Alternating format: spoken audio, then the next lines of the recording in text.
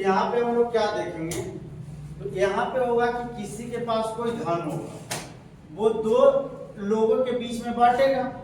उसके पास कुछ धन होगा और वो दो लोगों के बीच में बांटेगा। अच्छा, बांटेगा तो या तो इंटरेस्ट बराबर ले सकता है या तो इंटरेस्ट अलग अलग ले सकता है। और जब इंटरेस्ट अलग अलग लेगा, पैसा अलग अलग मिलेगा, तो उससे प्राप्त होने वाला ब्याज का वैल्यू भी अलग अलग होंगे नहीं।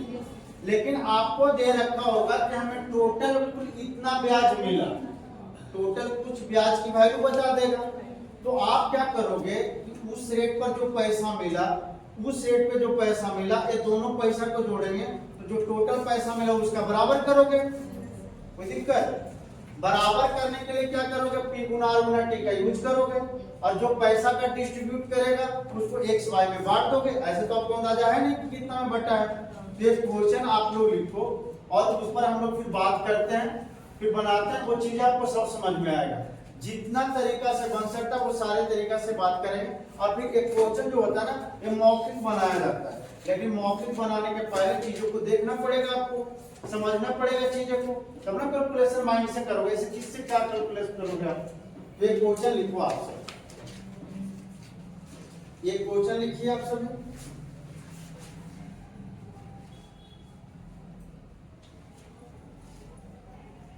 क्वेश्चन लिखते हैं, लिखिए। एक व्यक्ति के पास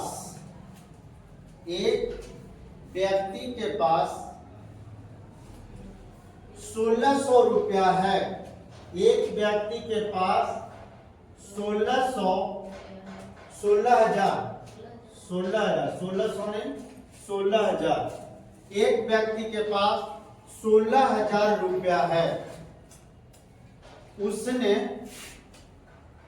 उसने इसमें से कुछ राशि, इनमें से कुछ राशि 4% और शेष राशि 5% वार्षिक की दर से साधारण ब्याज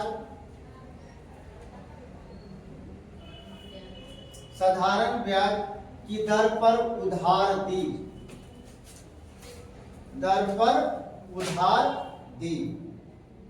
यदि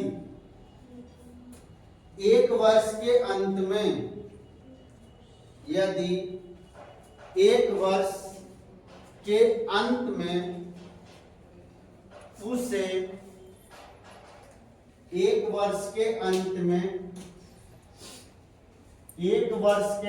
में उसे कुल 700 रुपया ब्याज मिले हों तो 4% पर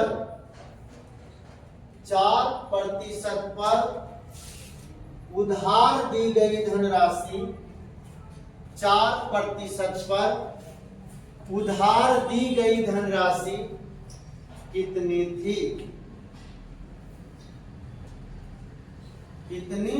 थी? अब आप लोग क्वेश्चन लिख लिए। क्वेश्चन अब देखो कैसे बनाया जाता है। आपको बोला है कि किसी के पास 16,000 रुपया था, उसने कुछ रुपया 4% पर और बचा हुआ पैसा 5% पर दे दिया। हम बोलते हैं कि कितना दिया हमें आइडिया नहीं है, तो हम उसको 100 और 22 में बांट लेते हैं कि मानते हैं कि 4% पर 100 रुपया दिया होगा और 5% पर 22 रुपया दिया होगा। और ये 100 और 22 कितने रुपया का वैल्यू है? 16,000 का। 100 और 22 को जोड़ोगे तो 16,000। लेकिन इस पर टाइम जो है 1 साल के लिए दिए हुए हैं, कितने साल के लिए? 1 साल के लिए। रेट कितना दे रखा है और प्रिंसिपल कितना माना है? तो बताओ ब्याज कितना आएगा आपको? यही फॉर्मूला लगाओगे ब्याज के लिए, P गुना R गुना T बटा में 100। तो P का वैल्यू x, R का वैल्यू T और T का वैल्यू 1। तो x गुना 4 गुना 1 करोगे तो कितना आएगा? 4x। तो यहां से ब्याज यानी SI का वैल्यू क्या हो गया?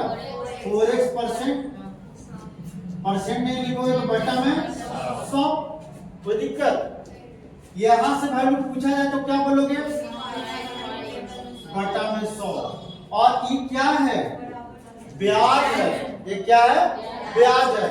और ये ब्याज को अगर जोड़ दें तो कितने के बराबर हो जाएगा? तो 700 रुपया। टोटल मिलाकर के कुल ब्याज कितना मिला है? 700 रुपया। अब ये 700 रुपया है, अगर एलसीएम लोगे तो 100 का एलसीएम 100 आ जाएगा, 4x का 4x और 5y का 5y नजर आएगा, और 100 एलसीएम इधर जाके क्या हो जाएगा? गुना। तो आप लिख सकते हो 4x प्लस में 5y और इसका वैल्यू 70,000। ठीक है, 70,000। अच्छा, 4x प्लस 5y का वैल्यू कितना है और x प्लस y का वैल्यू कितना है? तो क्या एक ही इक्वेशन में दो टर्म बन गया? दो वेरिएबल्स है, दो इक्वेशन है, तो किसी एक वैल्यू को एलिमिनेट करके दूसरा वैल्यू निकाल लेंगे। और हमें चाहिए कौन सा वैल्यू? x का, क्योंकि 4% वाला पर पूछा है। कोई दिक्कत? तो यहां से हमें चाहिए x वाला वैल्यू, तो हम लिखेंगे कि x प्लस y का वैल्यू कितना है? 16,000। और हमको चाहिए x का वैल्यू, तो ऊपर वाला वैल्यू में 5 का गुना कर देंगे, तो ये हो जाएगा 5x और ये हो जाएगा 5y। बोलो आया ना? इसको सब्ट्रैक्ट करोगे तो क्या लिखोगे? 5 में से 4 घटेगा, क्या बचेगा? x। और ये 5y और माइनस का 5y घट करके 0 बराबर में क्या होगा? तो 16 बचे 80,000। 16 बचे 80,000 और यह 70,000। तो 10,000। तो x का वैल्यू कितना? यही तो पूछ रहा था। 4% पर कितना दिए थे? x। तो पूछा है कि 4% पर कितनी धनराशि दी गई थी, तो आंसर कितना हो गया? 1,000। अभी और थोड़ा सा देखो, ये चीज समझ में आ गई? थोड़ा सा और देखो। अगर आप इसे और बनाना चाहते थे, थोड़ा सा और ध्यान दो। ये तो एक तरीका ऐसे आप बना लो, ये बेसिक सा तरीका है, आराम से। कुछ भूल गए ना तो ऐसे आप बना सकते हो। ये नहीं भूल पाओगे। क्यों नहीं भूल पाओगे? क्योंकि क्वेश्चन का स्टेटमेंट है और उसी स्टेटमेंट को सॉल्व किया हुआ है। आप थोड़ा सा विचार करेंगे तो विचार करने वाले चीज को हम लोग भूलते हैं। आप लोग विचार किए हैं उसको भूल सकते हैं, अगर कुछ ट्रिक होता है उसको भूलते हैं, लेकिन बेसिक जो तरीका होता है उसको कोई नहीं भूलता है। हाँ, बड़ा होने के कारण कोई अटेम्प्ट नहीं लेना चाहता कि बहुत बड़ा बनता है, ये होता है, लेकिन है बहुत बड़ा नहीं। थोड़ा सा और समझो आगे बढ़ करके कि हुआ क्या चीज। तो हुआ यूं कि 4% और 5% पर पैसा दिया गया था। कौन सा पैसा दिया गया था? तो 1600 रुपया, 16,000 रुपया। और इस 16,000 का ब्याज कितना मिला है? तो क्या ये कोई प्रतिशत वैल्यू होगा? होगा जी। कितना होगा? तो बताओ 700 16,000 का कितना प्रतिशत है? तो 4 जीरो से 4 जीरो कट गए, 4 जीरो से 4 जीरो कट गए, सॉरी 16,000। तो 3 जीरो, 1 जीरो बच गया, 3 जीरो से 3 जीरो कट गया, 1 जीरो बच गया। आप बताओ 2 से काटोगे तो कितना बार में? और यहाँ 2 से काटोगे तो कितना बार में?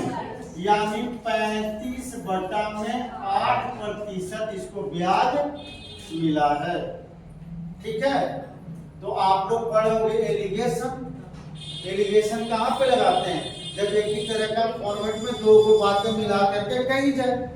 5 किलो चावल 4 किलो चावल ई रेट से मिला दिए, और मिलाने के बाद किस रेट में बेचेंगे कि हमें ई मिले, तो वही वाला चीज है। अब यहाँ पे क्या करोगे, इसको कितना परसेंट पर बांटे हुए हैं, तो 4% पर और 5% पर, और ये दोनों मिला करके दिया है कितना परसेंट, तो 35/8%। ठीक है, लेकिन बटा में 8 है तो घटाना थोड़ा सा मुश्किल लग रहा है, तो हम क्या करते हैं कि तीनों वैल्यू को 8 से मल्टीप्लाई कर देते हैं। जब इसको 8 से मल्टीप्लाई करोगे, इसको भी 8 से मल्टीप्लाई करोगे, इसको भी 8 से मल्टीप्लाई करोगे। अब किसी के मन में प्रश्न बनेगा कि सर 8 कहां से ला करके गुना कर रहे हैं, तो कहीं से ला करके नहीं, ये नीचे वाला वैल्यू को हटाने के लिए। और 8 का गुना अगर किसी भी शब्द में कर दोगे तो कोई वैल्यू पे असर नहीं पड़ेगा। अगर कोई 2 है और 3 है, 2:3 है, दोनों तरफ 8 का गुना करोगे तो 16:24 हो जाएगा, लेकिन काटोगे फिर तो 2 और 3 रहेगा, तो वैल्यू कोई चेंजिंग नहीं। अब देखो 8 का जैसी गुना खेती हो गया कितना, और ये वैल्यू कितना हो गया, और ये कितना हो गया। अब देखो घटाना जोड़ना आसान हो गया। अब यहाँ पे घटाओगे तो बचेगा 3, और इधर घटा करके इधर लिखना है, इधर घटा करके इधर लिखना, और इधर कितना होगा, तो 5 और 3 के अनुपात में पैसा दिया गया था। और 5 और 3 को जोड़ोगे तो कितना के बराबर, और 8 का वैल्यू कितने के बराबर, 16,000 के बराबर। तो 4% पर कितना दिया हो, तो 5 का वैल्यू 16,000 बटे में 8 और गुना में 8 से कितना बार में, 5 दूना 10, और कितना जीरो, 3 जीरो, तो कितना आ गया, क्या वैल्यू सेम आ गया। तो देखो एलिगेशन, ठीक है, यानी थोड़ा सा विचार बढ़ा, तब थोड़ा सा और विचार को डेवलप कर लो, नहीं थोड़ा सा विचार को और डेवलप कर लेते हैं। अब यहाँ पे टोटल पैसा कितना है जी, 16,000, आपने लगाया है कितना परसेंट पे, और आपसे पूछा है कितना परसेंट, 4% वाला वैल्यू पूछा है, कितना पैसा लगाया। अगर आप बताओ कि पूरा का पूरा पैसा 5% पर लग जाता तो आपको ब्याज कितना मिलता, 16,000 का 5% मिलता। 16,000 का ब्याज हमको चाहिए, तो 5 गुना 1 बटा में 100, तो 2 जीरो 16 25 80, 800 रुपया। कितना ब्याज मिलेगा, 800 रुपया। 16 25 80, 800 रुपया। आपको मिला है कितना ब्याज, 700 रुपया। कितना मिला है, तो 700 मिला है, तो कितना कम मिला है, 100 रुपया कम मिला है। किसके कारण कम मिला था, 4 पर दिया था, जिसके कारण 4 पर दिया था, तो 5 पर देते तो 800 रुपया मिलता, लेकिन एक वैल्यू को 4 पर दे दिए तो आपको 100 रुपया क्या मिला, कम मिला, 100 रुपया कम मिला। तो 4% 5% से कितना कम है, यानी 1% कम होने से 100 रुपया का अंतर आ गया, यानी 1% का वैल्यू 100, 1% का वैल्यू, तो 100% का वैल्यू, तो देखो यहां से आंसर आ गया 10,000। ठीक है, तो चीजें ये है, थोड़ा सही है, लेकिन हम लोग काम किस पे करेंगे, और इस पे काम करने के लिए इतना आपको बोलना पड़ेगा। क्या बोलना पड़ेगा, तो जिसका निकालना है, जो आपसे पूछेगा उसको एलिमिनेट कर लेंगे, देखना बंद करेंगे, जो अगला दिया उससे तुलना करेंगे। 5% पे पूरा पैसा लगा देते तो हमको कितना ब्याज मिलता, 800 रुपया। तो ज्यादा मिलता या कम मिलता, ज्यादा मिला, कितना, 100 रुपया। तो 100 रुपया कम भी तो मिल रहा था 700 से, तो किसके कारण मिल रहा था, 4% के कारण। तो 4% 5% से कितना कम है, 1%।